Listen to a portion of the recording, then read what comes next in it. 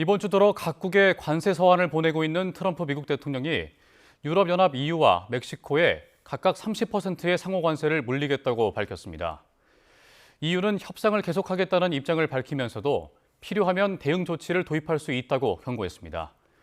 뉴욕을 연결해서 자세한 소식 알아보도록 하겠습니다. 이승윤 특파원, 미국이 중요한 무역 상대국인 EU와 멕시코에 부과된 상호 관세율을 올리면서 무역 합의를 압박했다고요?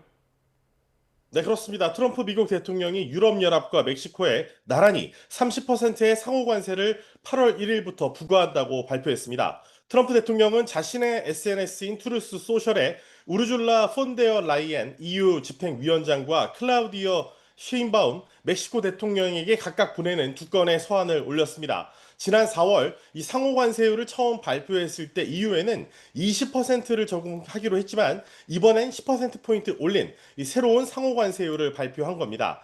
지난 5월 EU에 대한 상호 관세율을 50%까지 올릴 것이라고 위협한 적도 있었는데 그 수준까지는 올리지 않았지만 10%의 보편 관세 적용만 노리고 있었던 EU의 목표와는 상당히 상반된 수치입니다. 미국과 EU 협상팀이 최근까지도 이 관세율과 비관세 무역 장벽 등을 놓고 협상을 진행해 왔지만 최종 합의에는 이르지 못한 상태입니다. 이런 가운데 트럼프 대통령이 이 압박의 의미를 담아서 EU에 대한 관세율을 발표한 것으로 보입니다. 북미 3개국 자유무역 협정인 미국과 멕시코, 캐나다 무역 협정인 USMCA 체결국인 멕시코의 경우에는 4월 이 트럼프 대통령의 상호관세 발표 대상에서 빠졌습니다. 대신 트럼프 대통령은 이 미국에 들어오는 마약 반입에 대한 소극적인 대응을 이유로 이 캐나다와 함께 멕시코에 25%의 관세를 지난 2월에 책정했습니다. 이번에 발표한 멕시코에 대한 이 상호 관세율은 거기서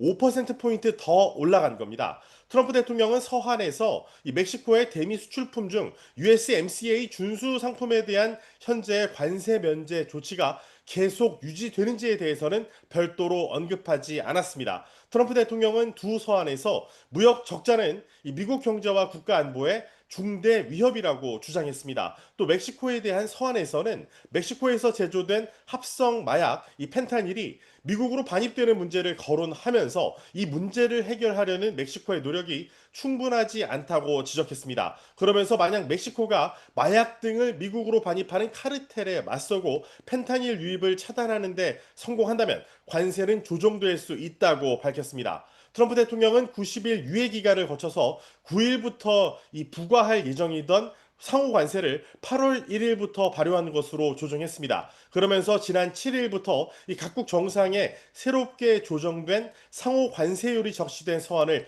발송하고 있는데요. 트럼프 대통령은 7일 한국과 일본 등 14개 나라에 대한 서한을 시작으로 해서 지금까지 24개국과 EU에 서한을 보내왔습니다. 예, EU 측의 반응도 나왔다고요?